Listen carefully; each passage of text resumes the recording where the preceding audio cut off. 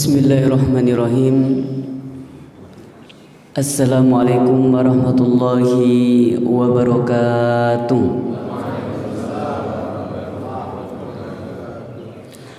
Alhamdulillahirabbil alamin. Hamdan syakirin, hamdan naimin, hamdan ni'amahu wa yukafi'u mazidah.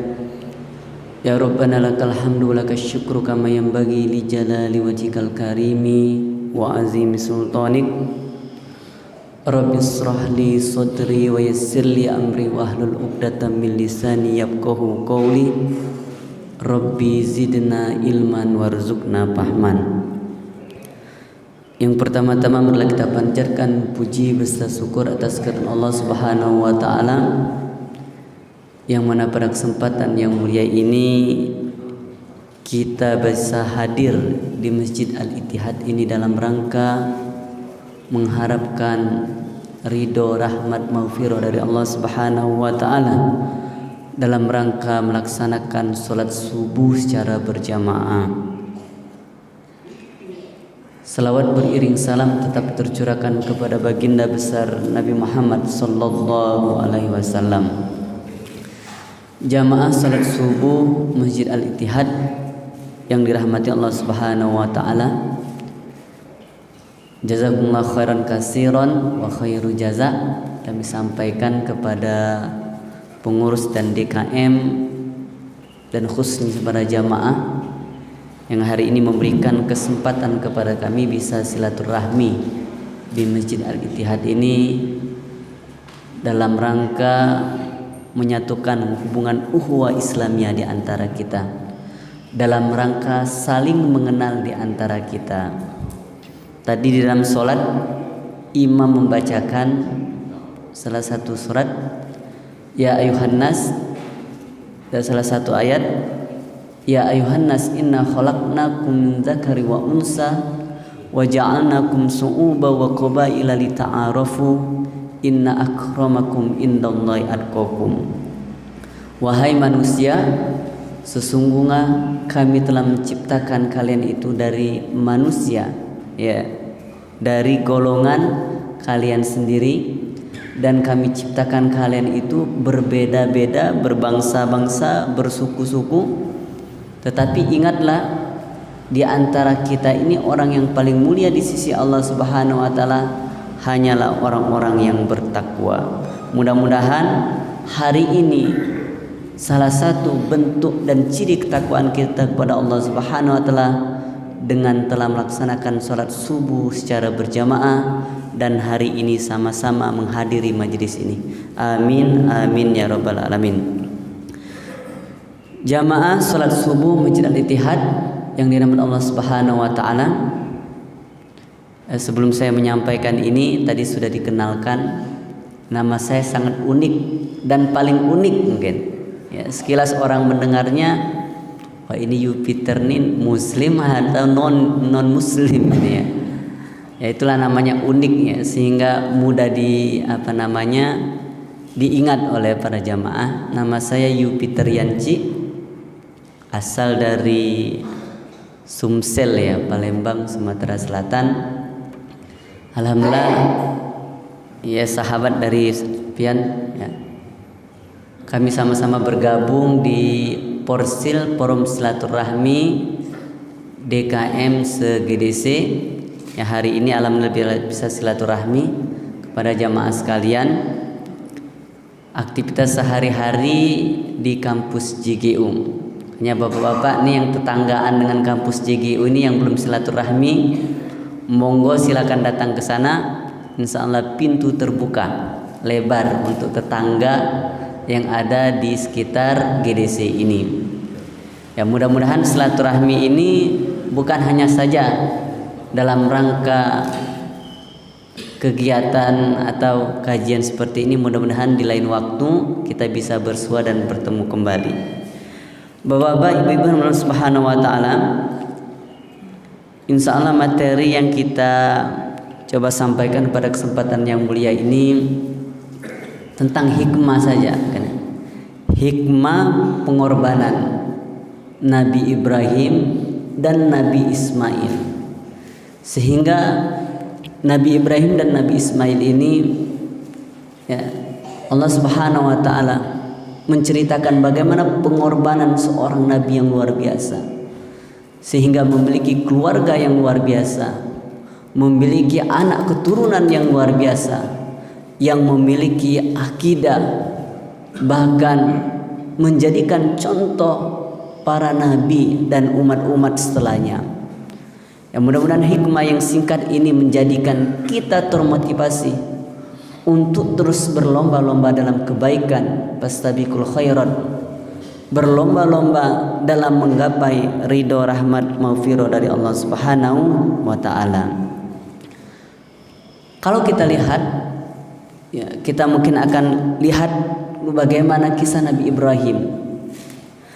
Nabi Ibrahim, beliau dikurniai Allah Subhanahu wa taala, ya, akal. Beliau ini sangat cerdas. Kalau kita lihat bagaimana awal dari beliau mencari keyakinan, mencari Tuhan, luar biasa kisahnya. Ya. Beliau pada suatu malam melihat bulan dan mengatakan bulan ini adalah Robnya, Tuhannya. Tetapi tidak lama kemudian bulan ini menghilang. Dan dia mengatakan, mana mungkin Tuhan saya bisa menghilang. Begitu juga beliau ketika melihat bintang dan kemudian melihat matahari. Beliau juga mengatakan bahwasanya Tuhan saya tidak seperti itu. Dan langsung menyimpulkan bahwasanya Tuhan Nabi Ibrahim adalah Tuhan yang telah menciptakan matahari, bintang, dan bulan. Coba kita lihat beliau yang usianya semasa itu luar biasa, ya, diberikan hidayah karena dari Allah Subhanahu wa taala, sehingga meyakini bahwasanya semua semesta alam ini merupakan ayat-ayat tanda-tanda kebesaran Allah Subhanahu wa taala. Dan beliau tadi mengatakan bahwasanya Rabbnya, Tuhannya adalah orang yang telah menciptakan, atau orang yang luar biasa dengan keagungan dan kebesarannya telah menciptakan seluruh semesta alam ini, termasuk bintang, rembulan, dan matahari. Begitu juga beliau memiliki akal, ya, kecerdasan ketika berdialog dengan Raja Namrud, ya. Di dalam Al-Quran Allah Subhanahu wa taala berfirman, alam tara ilal ladzi hajja Ibrahim fi rabbih an atahu Allahul mulk idz qala Ibrahim rabbi, ya. Allah Subhanahu wa taala berfirman ketika Nabi Ibrahim berdialog dengan Raja Namrud, ya, dan beliau mengatakan, wahai Raja Namrud, sesungguhnya Allah telah menerbitkan matahari dari timur kemudian terbenam dari barat. Apakah kamu bisa mengubah itu semua dibalik dari barat ke timur? Ketika itu Raja Namrud terdiam dan bahkan dia mengalihkan, ya Ibrahim, saya bisa juga menghidupkan dan mematikan. Ya, akhirnya dia mengambil salah satu algojo mungkin di sebelahnya, kemudian dibunuhnya yang satu, kemudian diambilnya satu lagi, semuanya dibiarkan. Dan dia mengatakan, inilah bukti bahwasanya Raja Namrud bisa menghidupkan dan mematikan seorang.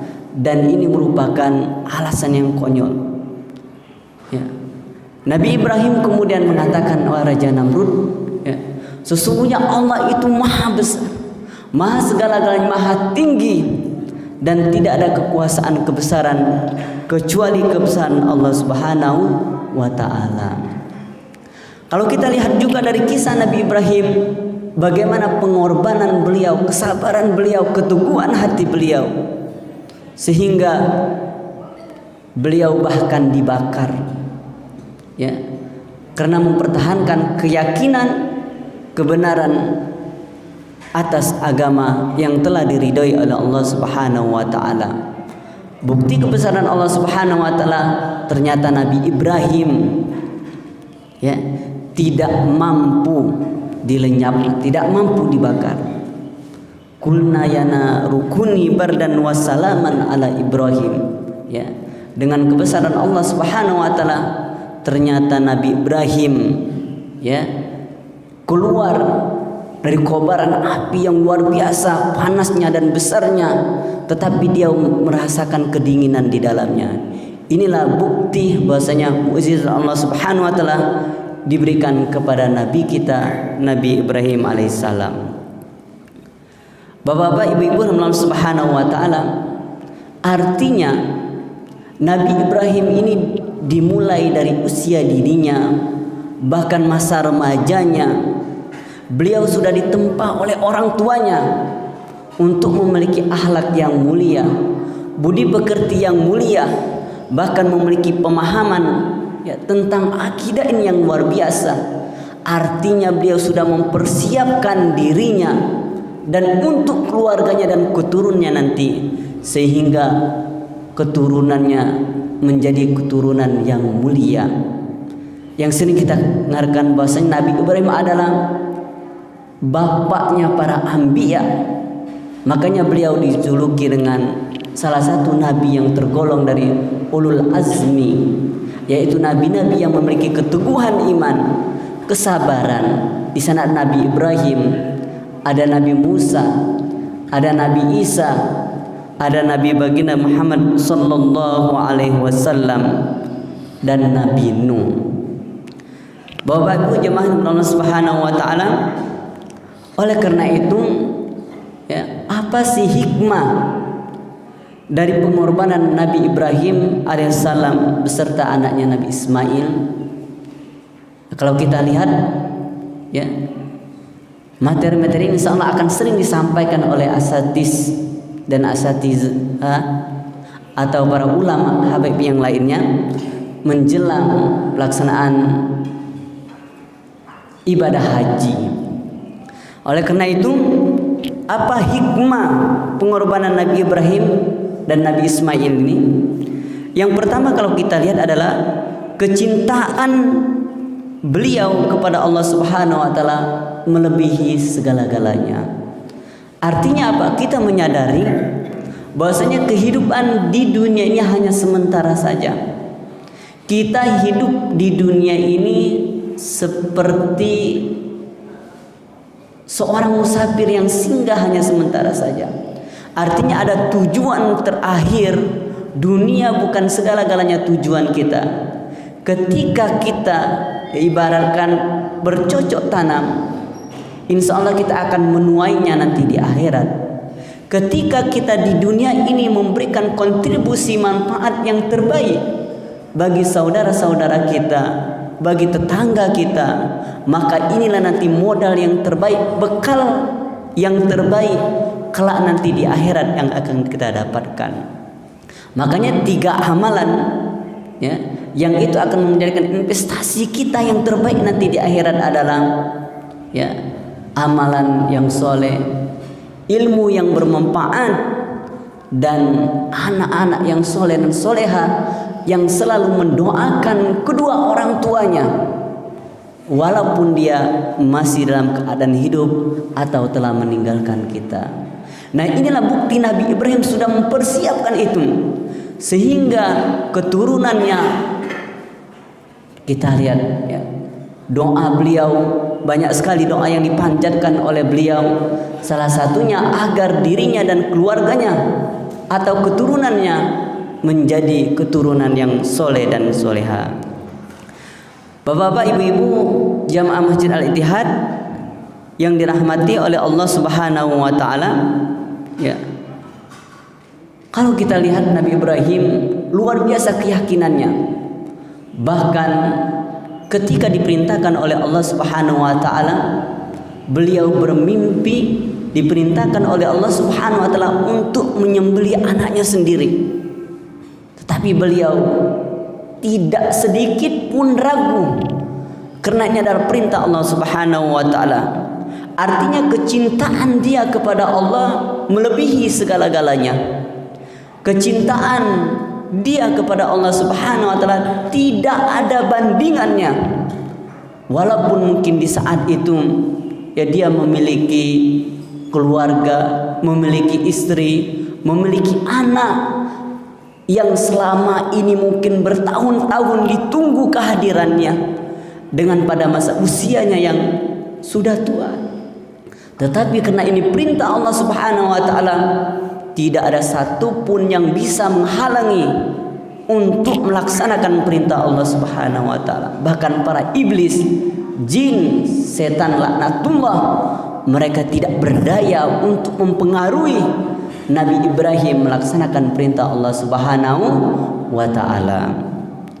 Bapak-bapak birman Subhanahu wa taala, artinya pentingnya sebuah komitmen ketakwaan kita kepada Allah Subhanahu wa taala. Ketika takwa ini sudah melekat di dalam sanubari kita, di dalam jiwa raga kita ini telah tertanam pada diri kita dan keluarga kita, insya Allah dimanapun dan kapanpun kita berada, mau dalam keadaan kaya, miskin, memiliki pangkat, derajat, atau dalam kondisi apapun, keimanan kita, ketakwaan kita akan dijaga oleh Allah Subhanahu wa taala. Makanya hendaklah kita selalu mengingat Allah Subhanahu wa taala.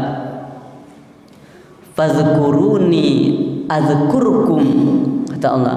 Siapa yang ingat, siapa yang berzikir kepada Allah Subhanahu wa taala, insya Allah suatu saat dia memerlukan pertolongan Allah, maka orang-orang tersebut akan diingat oleh Allah Subhanahu wa taala. Hanya orang-orang yang beriman kalau diingatkan, dinasehati, diperlihatkan kebesaran Allah Subhanahu wa taala, termasuk kisah Nabi Ibrahim ini, dia bukan hanya saja mendengar, tetapi keimanannya, ketakwaannya bertambah kepada Allah Subhanahu wa taala. Hanya orang-orang yang beriman ketika mengingat Allah Subhanahu wa taala, hati mereka menjadi tenang. Ya, ala bi dzikrillah tatmainnul qulub. Ya, hanya mengingat Allah Subhanahu wa taala, hanya berzikir kepada Allah Subhanahu wa taala, insya Allah hati kita menjadi tenang. Bapak-bapak, ibu-ibu Allah Subhanahu wa taala, ya, artinya ya, dalam keadaan apapun, dalam kondisi apapun kita, dalam keadaan berdiri, dalam keadaan duduk seperti majelis seperti ini, dalam keadaan berbaring, atau sebelum kita ya tidur, dia selalu ingat Allah Subhanahu wa taala. Dia selalu berzikir kepada Allah Subhanahu wa taala dengan mengucapkan mungkin kalimat tasbih, subhanallah, tahmid, alhamdulillah, takbir, Allahu akbar, tahlil la ilaha illallah. Ya, inilah kalimat-kalimat yang diucapkan oleh seorang mukmin, seorang muslim yang menunjukkan kecintaannya kepada Allah Subhanahu wa taala melebihi segala-galanya. Begitu juga yang telah diaplikasikan, dipraktekkan oleh Nabi Ibrahim dan anaknya Nabi Ismail. Ya, sehingga ketika Allah melihat keimanannya yang luar biasa, keyakinan dan ketabahannya yang luar biasa, akhirnya Nabi Ismail ini yang awalnya diperintahkan oleh Allah Subhanahu wa taala untuk disembelih, kemudian digantilah dengan seekor domba. Ya. Ini artinya bentuk ujian dari Allah Subhanahu wa taala, apakah makanya ujian itu banyak, bukan hanya saja dalam keadaan yang mungkin kita tidak menyenang itu. Ujian bisa berarti nanti kita diuji dengan pangkat derajat, sehingga mampu enggak kedudukan yang hari ini kita miliki bisa berbuat adil dan bijaksana, atau sebaliknya justru kita menzolimi orang lain. Begitu juga ujian akan datang dari harta yang kita miliki, kekayaan harta yang kita miliki, mampu enggak itu nanti kita infakkan, kita sedekahkan, kita wakafkan, kita zakatkan di zaman Allah Subhanahu wa taala. Ya. Kalau kita lihat Nabi Sulaiman, beliau kira-kira apa sih yang kurang Nabi Sulaiman? Beliau seorang raja, memiliki pasangan seorang ratu, memiliki kerajaan yang luar biasa, tidak ada bandingannya dari yang lainnya. Beliau memiliki bala tentara dari golongan jin dan manusia dan hewan yang lainnya. Tetapi apa beliau tetap mengatakan, hadza min fadli rabbi. Ini semua yang saya miliki hari ini, Nabi Sulaiman mengatakan, merupakan rahmat fadilah, keutamaan dari Allah Subhanahu wa taala. Liyabaluani ashkur an akfur. Apakah dengan kekuasaan nikmat yang hari ini saya dapatkan, kata Nabi Sulaiman, menjadikan saya dekat kepada Allah atau bersyukur kepada Allah, atau sebaliknya justru hari ini saya menjadi raja, memiliki segala-galanya yang dia inginkan, apakah menjadikan dia semakin jauh dengan Allah Subhanahu wa taala atau tidak bersyukur kepada Allah Subhanahu wa taala. Inilah sebuah komitmen yang luar biasa yang dimiliki oleh para anbiya, para nabi-nabi kita terdahulu. Begitu juga seyogianya kita. Ya, kalau kita menyadari hidup ini hanya sementara, maka insya Allah kecintaan kita kepada Allah Subhanahu wa taala melebihi segala-galanya.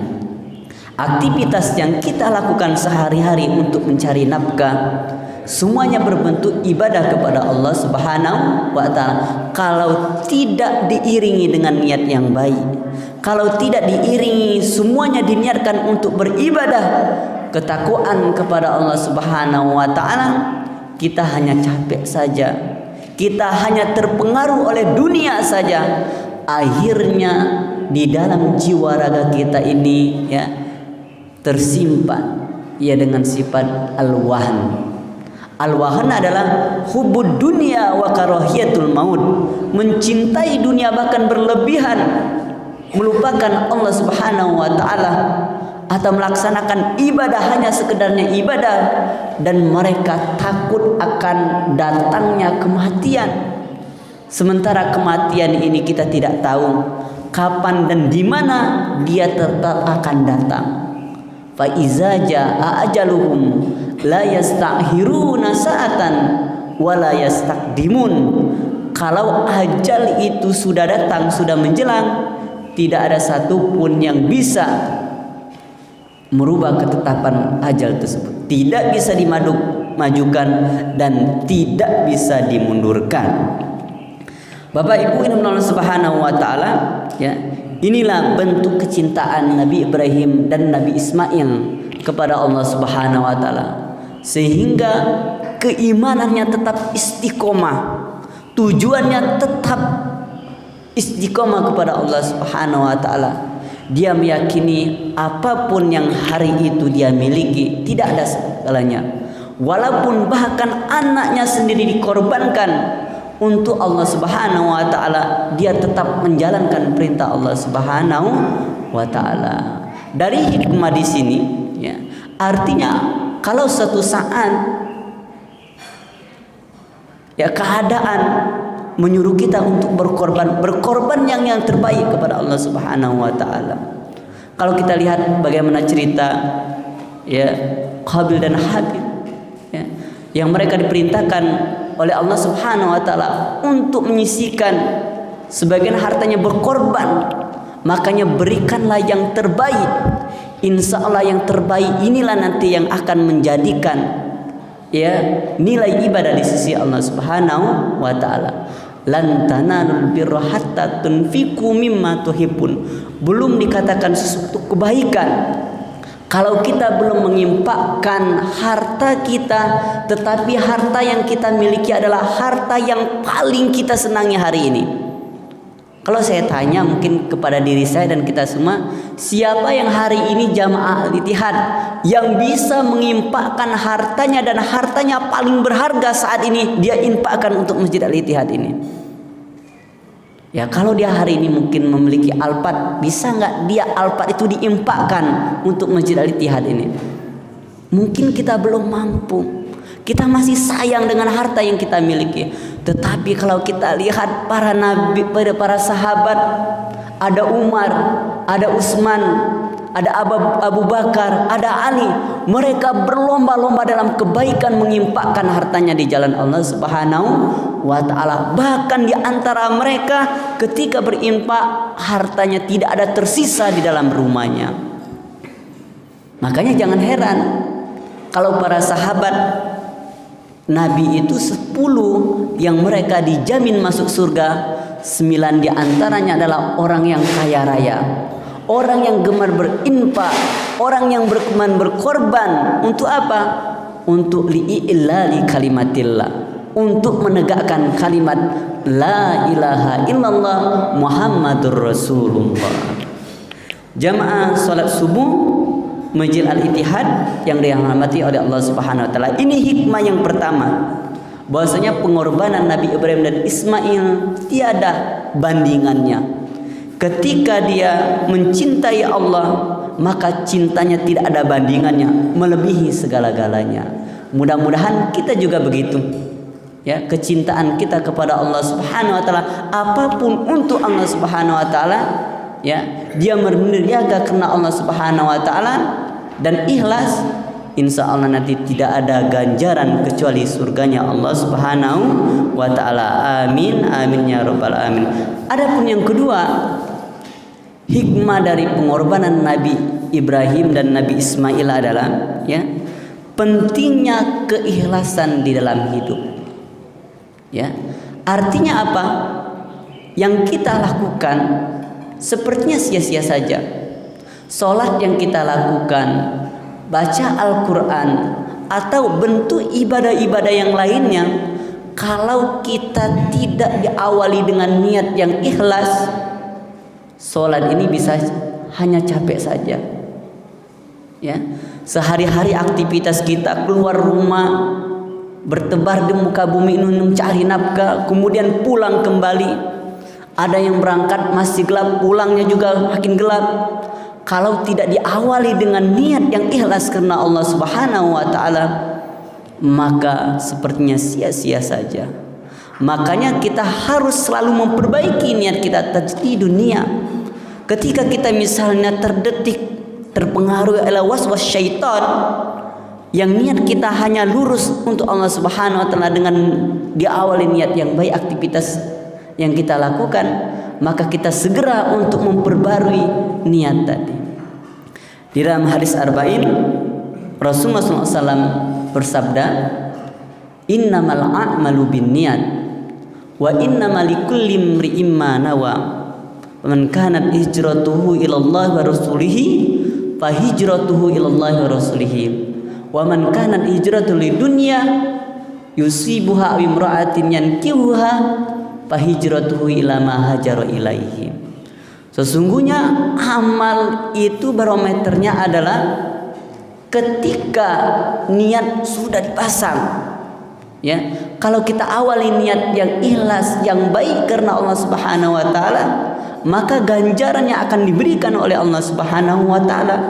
Sebaliknya kalau kita salah niat karena dunia, karena pingin dipuji oleh orang lain, pingin dikatakan ahli ibadah, pingin dikatakan oleh orang-orang ya, yang dermawan atau yang lainnya, makanya di dalam hadis ini jelaskan, atau pingin menikahi seorang perempuan, dia berhijrah, dia akan mendapatkan dunia saja tanpa mendapatkan keridhaan dari Allah Subhanahu wa taala. Makanya tidak usah ragu, tidak usah khawatir. Apapun yang kita lakukan, tidak ada satupun yang tersembunyi di hadapan Allah Subhanahu wa taala. Yang melakukan kebaikan, maka dia akan mendapatkan kebaikan tersebut. Sebaliknya, ketika dia melakukan sesuatu yang tidak baik, dia juga akan mendapatkan balasan di sisi Allah Subhanahu wa taala atas kejahatan yang dia lakukan. In ahsantum ahsantum li anfusikum wa in asatum falaha. Yang melakukan kebaikan ganjarannya kebaikan. Sebaliknya yang melakukan sesuatu yang tidak diridhai Allah Subhanahu wa taala, dia juga akan mendapatkan ganjaran seperti itu. Bapak Ibu Allah Subhanahu wa taala, jamaah Masjid Al-Ittihad yang dirahmati oleh Allah Subhanahu wa taala, Ya. Oleh karena itu niat yang baik ini selalu kita pertahankan. Ya. Karena apa? Ketika kita istiqomah melakukan amalan di sisi Allah Subhanahu wa taala, walaupun sedikit, ya, al qalilun atau shaghirun tukabbir an-niyah. Sesuatu yang kecil kelihatannya di mata manusia, ya, tetapi di hadapan Allah Subhanahu wa taala menjadi besar. Itu semuanya pengaruhnya adalah niatnya. Sebaliknya, ya, sesuatu yang besar yang di hadapan manusia ternyata dia salah niatnya. Contohnya dia berinfak di jalan Allah Subhanahu wa taala, tetapi niatnya salah, ingin dipuji atau dikatakan seorang dermawan, makanya di hadapan Allah Subhanahu wa taala tidak ada nilainya. Makanya berbahagialah orang-orang yang telah istiqomah di jalan Allah Subhanahu wa taala, melakukan amalan walaupun amalannya sedikit, tetapi dia berusaha continue dan terus-menerus melakukan amalan tersebut karena niatnya yang baik tadi. Makanya Allah dan Rasul lebih mencintai amalan yang sedikit tetapi tetap istiqomah dalam menjalankan amalan tersebut. Dia mungkin baca Al-Quran tidak banyak setelah sholat 5 waktu, hanya beberapa ayat saja, mungkin 1-2 ayat, tetapi dia lakukan amalan tersebut setiap hari, setiap malam.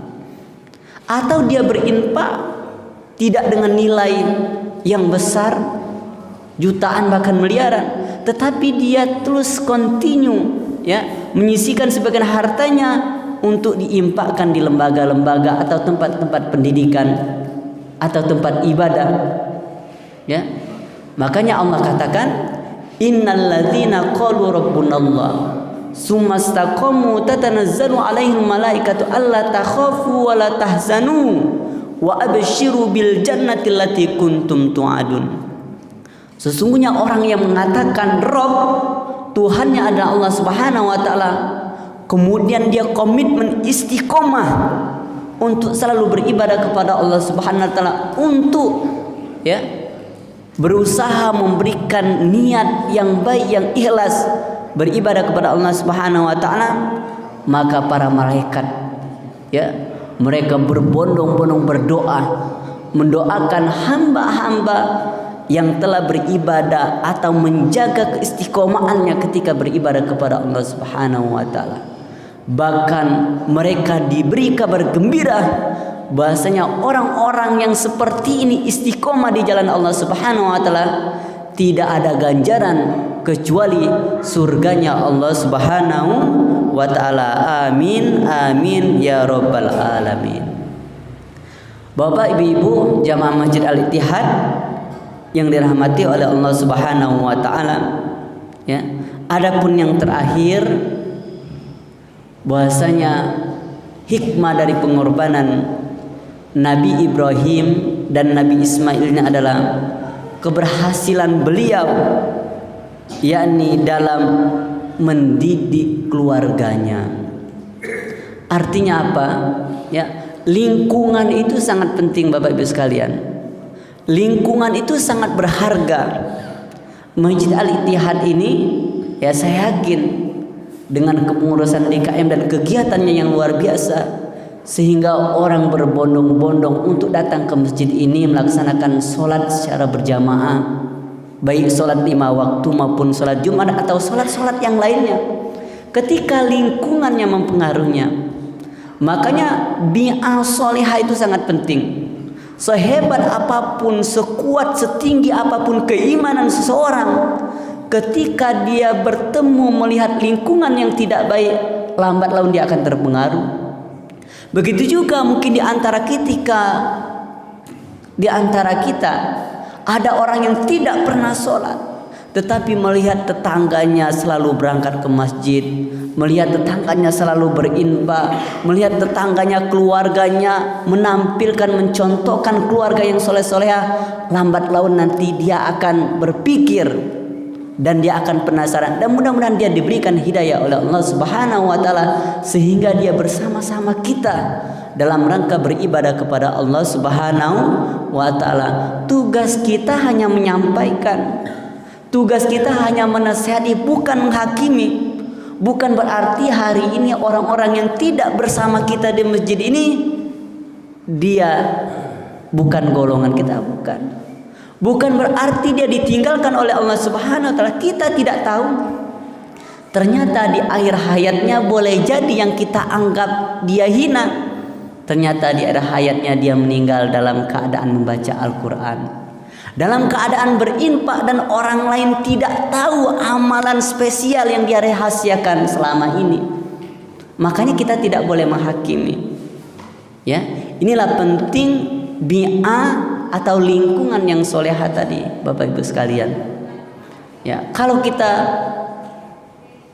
ya berada di lingkungan yang baik, ya berteman dengan orang-orang baik, ya diibaratkan kita ini berteman orang-orang yang menjual minyak wangi-wangian.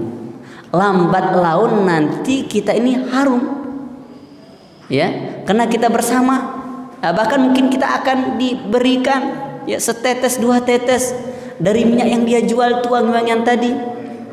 Begitu juga sebaliknya, kalau kita berada di lingkungan yang tidak baik, berteman dengan orang yang tidak baik, atau bersama keluarga-keluarga yang tidak mendorong kita untuk mendekatkan diri kepada Allah Subhanahu wa taala, seperti kita berteman dengan orang-orang ya yang ahli las itu, tukang besi itu. Lambat laun apa? Nanti kita kena percikan api, ya, dari ya dia membuat apa itu, membuat pagar, membuat apa itu. Nah, inilah mi'ah solihah sangat penting, sehingga Pak bisa mendidik nanti lingkungannya, mendidik keluarganya, ya, sehingga keluarganya itu menjadi contoh bagi orang lain. Orang menginginkan keluarga sebagaimana keluarga yang diajarkan oleh baginda besar Nabi Muhammad sallallahu alaihi wasallam. Bagaimana beliau mendidik istrinya, mendidik anak-anaknya, mendidik para sahabat, ya. Dan inilah ya cita-cita kita dengan doa kita, Rabbana hablana min azwajina wa dzurriyyatina qurrata a'yuni waj'alna lil muttaqina imama. Ya Allah, ya, jadikan keturunan kami, pasangan kami, ya, keluarga kami dan keturunan kami ini, ya, keturunan yang soleha, dan menjadikan qurrata a'yun, kita memandangnya sedap, kita melihatnya, ya, semakin kesyukuran kita bertambah kepada Allah Subhanahu wa taala. Bapak Ibu Allah Subhanahu wa taala, ya, begitu juga Nabi Ibrahim sudah mempersiapkan, ya, dari sejak awalnya di masa kanak-anak, kemudian di masa remaja, dan itu sudah dipersiapkan yang luar biasa untuk nanti keturunannya. Sehingga Nabi Ismail ketika sudah lahir, ya, beliau juga diajari, ya, dipersiapkan untuk menyambung estafet perjuangan beliau dalam menyampaikan risalah dakwah ini. Bukan hanya saja Nabi Ibrahim, banyak sekali kisah di dalam Al-Quran. Allah Subhanahu wa taala menceritakan keluarga-keluarga yang soleh dan soleha. Salah satunya kalau kita lihat bagaimana cerita Luqman, ya, beliau selalu menasihati anaknya, ya. Bahkan yang paling penting, pondasi nasihat yang pertama yang beliau sampaikan kepada anaknya, la tusyrik billah, jangan sesekali menduakan atau syirik kepada Allah Subhanahu wa taala. Wa iz qala Luqman ibnihi wa huwa ya'izuhu ya bunayya la tusyrik billah inna syirka la zulmun azim. Jangan sesekali wahai anakku kamu syirik kepada Allah Subhanahu wa taala, sesungguhnya syirik itu adalah dosa yang sangat besar. Ijtanibu sab'a mubiqat, ada 7 dosa yang sangat besar. Salah satunya apa? Syirik kepada Allah Subhanahu wa taala. Dia meyakini ada kekuatan, kebesaran dari Allah Subhanahu wa taala. Bahkan kalau kita mempercayai, maaf nih, ya, orang yang ahli nujum atau dukun nih, kita percaya atas perkataannya, ya, percaya dengan arahan-arahannya, makanya nauzubillah boleh jadi nanti ibadah kita tidak diterima oleh Allah Subhanahu wa taala. Itu baru mempercayai. Apalagi kita melaksanakan apa yang telah disuruh oleh orang-orang ya ahli nujum ini atau dukun ini. Makanya sejauh mungkin ya kita berlindung pada Allah Subhanahu. Mudah-mudahan ya kita tidak termasuk dengan orang-orang wa ta'ala. Ini pondasi yang pertama. Yang kedua, bagaimana keberhasilan keluarga Nabi Ibrahim ya, bahkan Luqman ini mendidik anaknya, yaitu beliau selalu menasihati bahwasanya hendaklah berbuat baik kepada kedua orang tua ya, dengan mendoakan kedua orang tua ya, Rabbighfirli wali walidayya warhamhuma kama rabbayani shaghira, Rabbana ighfir lana dzunubana wali walidina warhamhum kama rabbawna shighara, atau doa-doa yang lainnya ya. Bukan hanya saja berdoa, kita berusaha tidak menyakiti kedua orang tua ya. Dengan kata saja tidak boleh, apalagi kita mengatakan kalimat-kalimat ya, bahkan orang tua kita sakit hati dengan apa yang telah kita perbuat.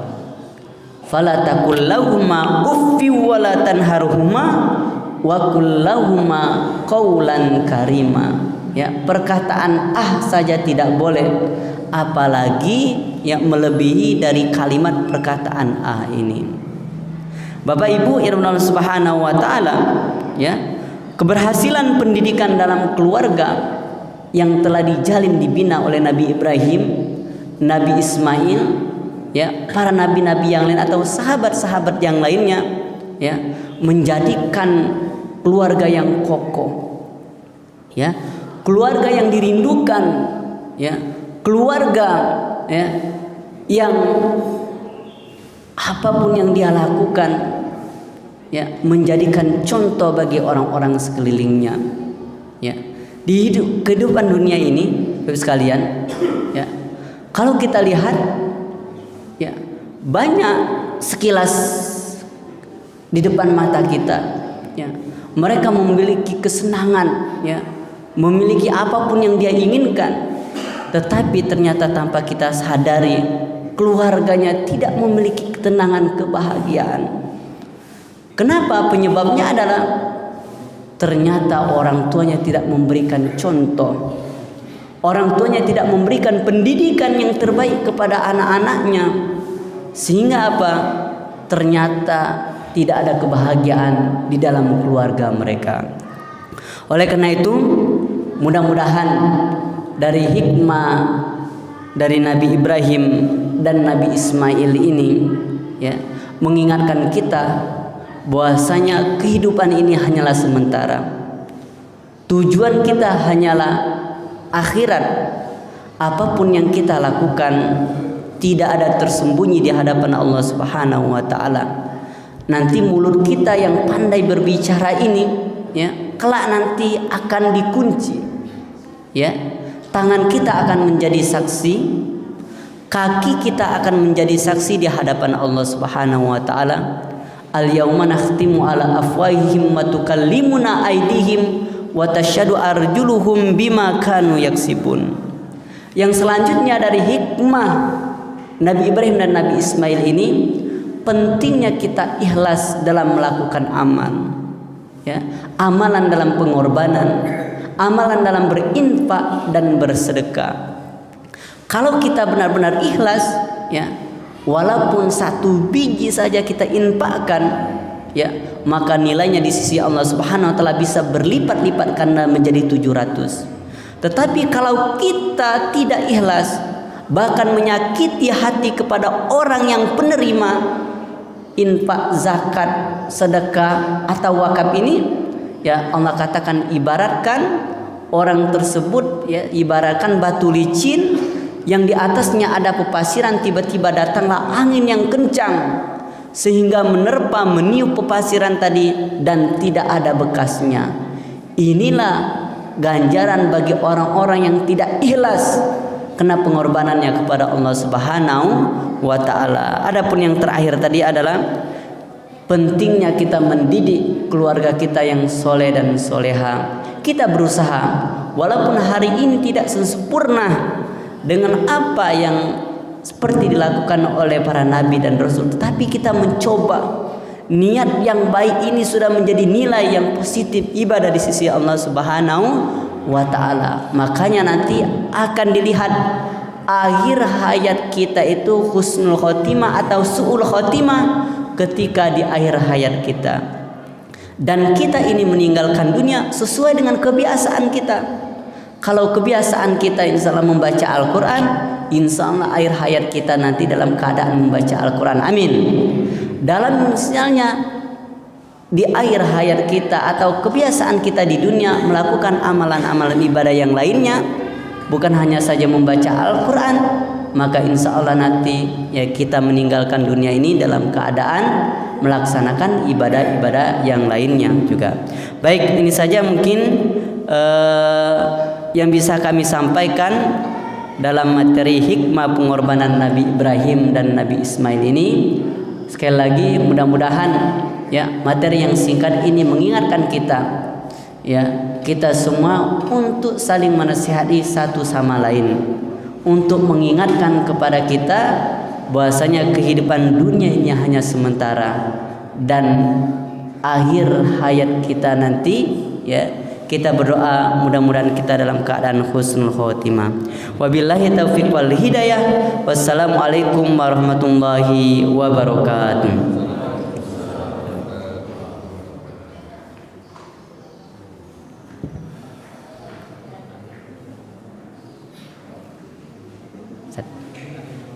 Mau ada yang nanya?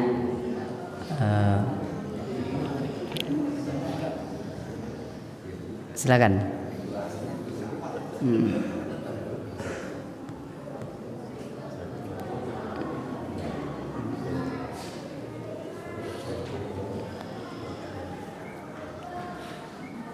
Bapak sekalian, mungkin ada yang mau bukan ditanyakan ya, apa mau didiskusikan ya, dari materi yang kami sampaikan ini. Silakan nanti kalau bisa kami jawab ya, kita jawab ya. Sudah syuruk belum? Sudah. Hah? Oh, di 4 Lawang. Dari 4 Lawang.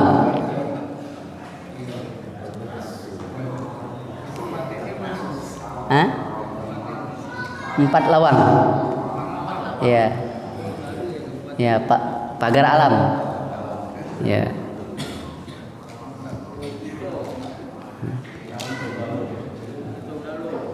Baik. Ya Bapak yang belum silaturahmi ke JGU dipersilakan Pak ya. Datang sana, siapa tahu mungkin ada anak-anaknya pingin melanjutkan kuliah di sana. Nanti bisa ketemu saya langsung Pak ya.